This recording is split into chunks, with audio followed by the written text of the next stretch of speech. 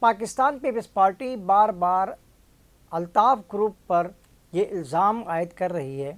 کہ وہ اس کراچی میں جو سانحہ ہو چکے ہیں اور جو بدامنی تھی وہ سب کی سب الطاف گروپ کے ذمہ ہیں. لیکن سوال یہ پوچھنا چاہتا ہوں کہ کیا پاکستان پیپلز پارٹی اور الطاف گروپ اور رحمان ڈکیت، جن کو عبد الرحمان بھی کہا جاتا تھا، عبد الرحمان اور یا رحمان ڈکیت کے دور میں بھی سے قبل بھی کیا کراچی میں امن و امان کی فاختہیں جو ہیں اڑتی رہتی تھیں؟ ایسا ہرگز بھی نہیں تھا. متحدہ کے آنے سے قبل، پیپلز پارٹی کے آنے سے قبل، اور عبد الرحمان عرف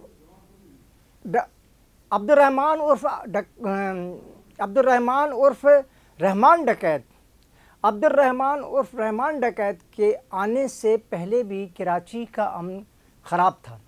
خاص طور پہ لیاری کی میں بتاؤں آپ کو کہ وہاں تھوڑی سی منشیات فروشی ہوتی تھی، اور کیونکہ وہ پورٹ سے بہت یعنی بندرگاہ سے بہت قریب تھا، اس لیے لوگ جو جہاز میں لوگ آتے تھے وہ منشیات کے لیے لیاری بھی آتے تھے، اور لیاری سے بھی لوگ ان کو کچھ نہ کچھ سپلائی کیا کرتے تھے. اور یہ پورٹ سٹیز کی ایک مسئلہ ہے. لیکن اس کے علاوہ جو کراچی کے لانڈھی، کورنگی، ملیر، نئی کراچی یا آپ کے اورنگی ٹاؤن اور نصیر آباد اور یہ سارے جو علاقے ہیں، اور اسی طرح سے کماڑی اور ہاکس بے بھی، یہ سارے کا سارا جو علاقہ ہے یہ مکمل طور سے کسی نہ کسی بدماش کی زیر نگرانی کام کرتا تھا. اور آپ کو یہ بتاؤں کہ یہ بدماش کبھی شبیرہ کے روپ میں ہوتا تھا، کبھی بشیرہ کے روپ میں ہوتا تھا، کبھی جو تھا وہ آصف خان کے روپ میں ہوتا تھا، کبھی مرزا خان کے روپ میں ہوتا تھا. اور شعیب خان کے بارے میں تو آپ جانتے ہی ہیں کہ وہ جب عشرت لباس صاحب گورنر بن کے آئے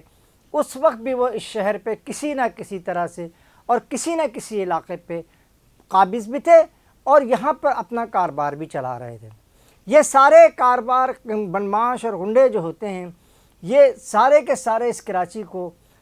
اس کے علاوہ آپ کو میں ایک بات بتاؤں کہ محلوں سے لے کے اور علاقوں سے لے کر کے اور موچی کی دکان تک، شاپنگ مال، تجارتی مراکز میں ہر جگہ کسی نہ کسی بدماش کا پہلے بھی قبضہ تھا اور اب بھی کسی نہ کسی صورت میں قبضہ ہے. لیکن جب پیپلز پارٹی وزیر اعظم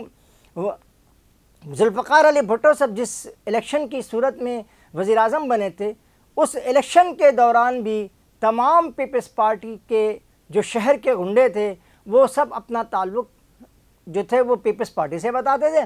اور اس کے فوراً بعد ہی وہ جب پیپلز پارٹی کی گورنمنٹ آئی تو وہ کراچی میں مختلف یہ جو آپ نے سنا ہے کنیز فاطمہ کالونی، اختر پگا والا کالونی، یہ منظور کالونی، یہ ساری جو کچی آبادیاں یا چائنا کٹنگ ہے یہ سب اسی دور میں شروع ہوئی ذوالفقار علی بھٹو صاحب کے دور میں. اور اطمینان کے ساتھ یہ سارے جو بدماشی کرتے والے لوگ جو تھے انہوں نے ان بڑے بڑے لینڈ پہ قبضہ کیا، اور یہ اس وقت بھی جرائم کے لیے تھے اور آج بھی وہ جرائم کی کسی نہ کسی صورت میں موجود ہیں. اب بات کرتے ہیں متحدہ کا، جو الطاف گروپ کا، انہوں کے جو مہاجر علاقے جو تھے مہاجروں کے، اور یہ آئی بھی اسی لیے جیسی صورتحال اس وقت ہے کراچی کے لوگوں کے لیے کہ ان کے لیے تعلیم کے دروازے بند ہیں، ان کے لیے روزگار کے دروازوں میں تالا لگا ہوا ہے، اور وہ کہیں اگر جاتے ہیں انٹرویو کے لیے بھی تو ان کے سامنے نہ بولنے والے اور نہ لکھنے والے اور نہ پڑھنے والے لوگ تو کامیاب ہو جاتے ہیں. لیکن یہ پڑھے لکھے لوگ نہ گورنمنٹ آف سندھ کو چاہیے اور نہ ہی پیپلز پارٹی کی ضرورت ہے، بلکہ پیپلز پارٹی کی ضرورت تو صرف یہ ہے کہ وہ کسی نہ کسی طریقے سے کسی بدماش گروپ کے لوگوں کو کسی زبان کی بنیاد پر کہیں نہ کہیں فٹ کر دیں. اور یہ میں آپ کو ایک اور بات بھی بتاتا چلوں کہ کراچی کی یہ صورتحال جو ہے وہ صرف ایسا نہیں تھا کہ الطاف گروپ کے آنے سے پہلے ہی خراب تھی، بلکہ اس سے بھی پہلے خراب رہی ہے. اور یہ میں بتاؤں کہ الطاف گروپ کے آنے کے بعد جو مختلف محلوں میں یا مہاجر آبادیوں میں جو مستقل بنیادوں پہ بدماشوں کا قبضہ تھا وہ انہوں نے ختم کر دیا. اور اس کے بعد ان میں سے بیشتر جو ہے وہ ادھر ادھر بھاگ گئے، جو باہر سے آئے تھے، شہر سے باہر سے آئے تھے وہ باہر بھاگ گئے، اور اس کے بعد اس پورے شہر پر جو ہے وہ الطاف گروپ کا قبضہ رہا علاوہ لیاری کے. لیکن لیاری میں بھی 92 کا آپریشن ہوا، تو وہ صرف کراچی کے ان حلقوں میں ہوا، ان علاقوں میں جہاں اردو آبادی کے لوگ رہتے تھے۔ لیاری میں آپریشن اس وقت بھی نہیں ہوا، لیکن جنرل مشرف کے آنے کے بعد، جنرل پرویز مشرف کے آنے کے بعد ایک لیاری آپریشن کے نام سے گروپ بنایا گیا، اور آپ کو بتایا چودھری اسلم صاحب اس میں تھے، اس کے سربراہ تھے، اور ان کے جو دو معاونین تھے، عرفان بہادر جو بہادر علی کے بیٹے تھے، اور عمر شاہد جو شاہد حامد کے بیٹے تھے، ان کو ان کی نگرانی میں دیا گیا اور یہ آپریشن شروع ہوا۔ لیکن یہ آپریشن جیسے ہی شروع ہوا، وہ 5-6 دن صرف چیل چوک سے آگے ہی یہ آپریشن نہیں جا سکا،